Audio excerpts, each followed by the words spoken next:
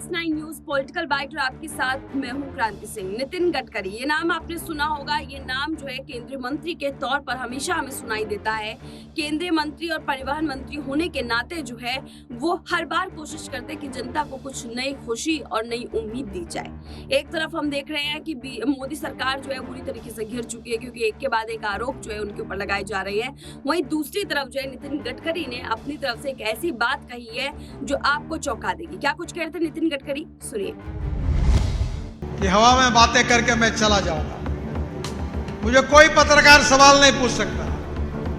मेरे में हिम्मत है, अगर हाँ कहता हूं तो हाँ, ना कहता हूं तो ना। पर मैं आपको बताता हूं, उसी समय मैं आया था तब आपको मैं कह रहा था। अब आपने मेरी बात 50% सुनी है और मैं जो कह रहा हूं वो हर बात सिद्ध हुई है। अब दुनिया भी रिकॉग्नाइज करती है, लोग भी रिकॉग्नाइज करते, पर जब मैं कहता था तो लोग उस बात पर विश्वास नहीं रखते थे। मैंने चीनी मिलों के सम्मेलनों में उनको कहा कि चीनी मत तैयार करो, इथेनॉल बनाओ। हमारे देश में 16 लाख करोड़ रुपए हम पेट्रोल डीजल, जिसको हम फॉसिल फ्यूल कहते हैं, उसके इंपोर्ट पर, आयात पर खर्चा करते हैं। और मैं 2004 से चिल्ला चिल्ला कर कह रहा हूं कि हमारे देश का किसान अन्नदाता है। हमारा देश का किसान अब ऊर्जादाता बनेगा। और आज किसानों के इस भूमि पर मैं आपके सामने डिक्लेयर करके जा रहा हूं कि आने वाले 5 साल में किसान केवल अन्नदाता और ऊर्जादाता नहीं रहेगा, तो वो किसान डांबरदाता बनेगा, बिटुमिन बनाने वाला किसान होगा। आज आपको मेरी बात एकदम नहीं पटेगी, पर मैं कोई बात ऐसा नेता नहीं हूं कि हवा में बातें करके मैं चला जाऊंगा। मुझे कोई पत्रकार सवाल नहीं पूछ सकता। मेरे में हिम्मत है, अगर हाँ कहता हूं तो हाँ, ना कहता हूं तो ना। मेरी बात याद रखना कि गेहूं, चावल और मक्का और गन्ना लगाकर किसानों की जिंदगी बदल नहीं सकती। ये किसान करके मैंने उस बात का अनुभव किया है। और इसलिए जब मैं खुद हमारे यहां 2 लाख लीटर इथेनॉल पर डे तैयार करता हूं, अब 10 लाख लीटर करने वाला हूं। और मेरे क्षेत्र में 10 लोकसभा है और वहां मैंने किसानों को कहा कि अब आप गन्ना लगाइए। भारत सरकार में जो मोलाइसेस होता है, जिसको आप शीरा कहते हैं, तो 4% सी मोलाइसेस निकलता है। और उसमें से हमने सी मोलाइसेस से इथेनॉल बनाया। फिर हमारे यहां नई सिस्टम आई, वो बी मोलाइसेस से आई। हमने ज़्यादा की शुगर इथेनॉल में, मोलाइसेस में डाल दी, तो 7% मोलाइसेस, बी मोलाइसेस करके आया, उससे इथेनॉल बनाया। अब हमने ये अनुमति दी है कि शुगर केन जूस से डायरेक्ट इथेनॉल बन सकता है। शुगर केन जूस से शुगर साइरप बनकर, जिसको हम बायो साइरप कहते हैं, उससे इथेनॉल बनता है। बहनों और भाइयों, इस साल अभी मार्च एंड तक हमारी शुगर फैक्ट्री चली, हमने एक शुगर बनाया नहीं, पूरे शुगर केन जूस से इथेनॉल बनाया। और इथेनॉल बनाने के कारण किसानों को पैसे दे पाए। बहनों और भाइयों, अब भारत सरकार ने ब्रोकन राइस से इथेनॉल बनाने का अनुमति दी है। 1 टन राइस से 480 लीटर इथेनॉल तैयार होता है। मक्के से इथेनॉल तैयार होता है।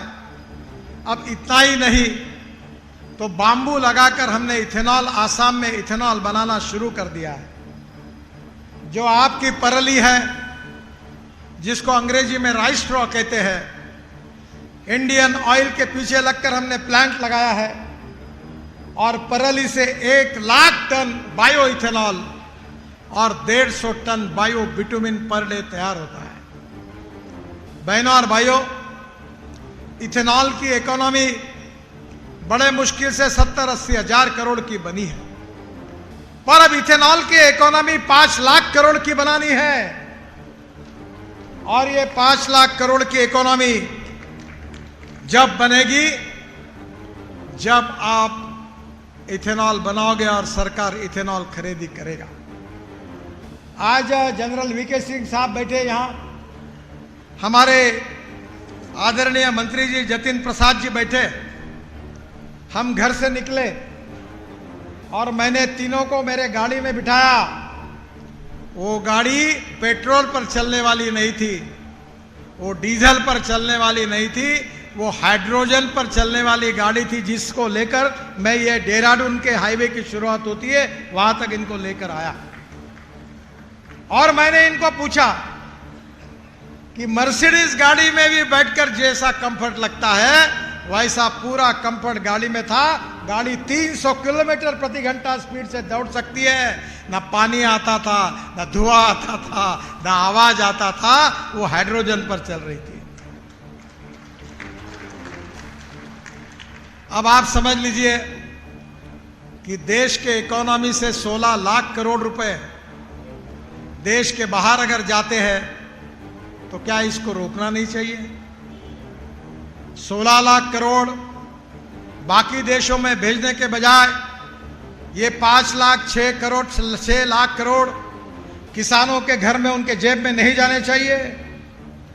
और आपके जेब में अगर ये पैसे आ गए तो गांव गरीब मजदूर किसान की गरीबी दूर हो जाएगी, आप कर्ज मुक्त हो जाएंगे और समृद्ध संपन्न बनाएंगे। इसी के लिए मैं आपके पास आया हूं। मैं जब आपके पास आया था तो बीजेपी का अध्यक्ष था, तो शायद मैं लखनऊ के गन्ना विकास सेंटर में गया था। अब मुझे बहुत खुशी है कि उत्तर प्रदेश में गन्ने का उत्पादन बढ़ा है। मेरे यहाँ 60 एकड़ गन्ना है बालन जी, मेरी पत्नी खेती देखती है। इस साल मुझे 1 एकड़ में 850 क्विंटल गन्ना हुआ, तो भी हमारे यहाँ 1100 क्विंटल, 1200 क्विंटल, और कोल्हापुर, सांगली, सातारा, वेस्टर्न महाराष्ट्र यहाँ 1100 और 1200 क्विंटल तक गन्ना होता है। हाँ? तो पहली बात आपसे मैं अनुरोध करूंगा कि खर्चा कम करके गन्ने का उत्पादन कैसे बढ़ाना, इसको इनको समझाइए। हमारा जो गन्ना है 6 फीट पर लगता है, और मैंने इस समय और अच्छा प्रयोग किया।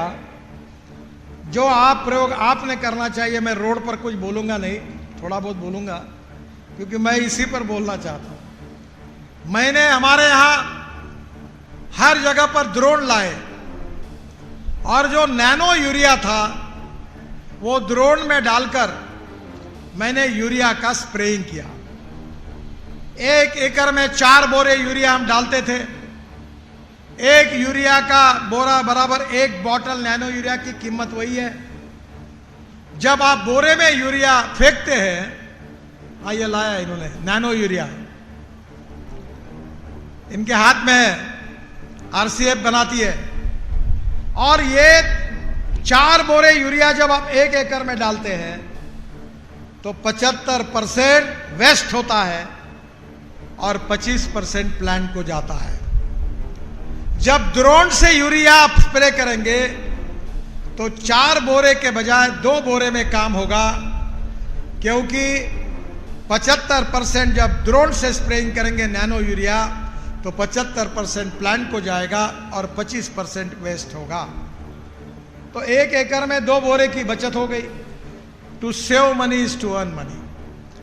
दूसरा, मेरे यहाँ मैंने एक उद्योग शुरू किया, आपको टेक्नोलॉजी फुकट में दे दूंगा। ये बाल है ना, बाल, मैं तिरुपति से 1 ट्रक बाल खरीद के लाता हूं हर महीने में, और बालों से एमिनो एसिड बनाता हूं। एक बार वो मेरा सैंपल लेके आइए आप, और उसको अलग अलग क्रॉप पर मारिए। प्लांट बूस्टर है, ऐसी ग्रोथ बढ़ती है कि जिसके कारण उत्पादन बढ़ता है। 1 एकड़ में कम से कम 800 क्विंटल अगर गन्ने का उत्पादन होना है तो ये पहले आवश्यक है। दूसरी बात आपको मैं बताना चाहता हूं, मुझे मालूम है आप मुझसे नाराज होंगे, मुझे फर्क नहीं पड़ता। क्योंकि सच बोलने में मैं डरता नहीं। तुम शुगर फैक्ट्री के नाम से ये गडकरी को लेकर हमने अपना एक खास प्रोग्राम आपको दिखाया। उम्मीद करते हैं ये प्रोग्राम आपको पसंद आया होगा। अगर आया है तो आगे लाइक शेयर कमेंट करना बिल्कुल भी ना भूलें और तमाम ऐसे ही अपडेट्स के लिए देखते रहिए next time news political bite.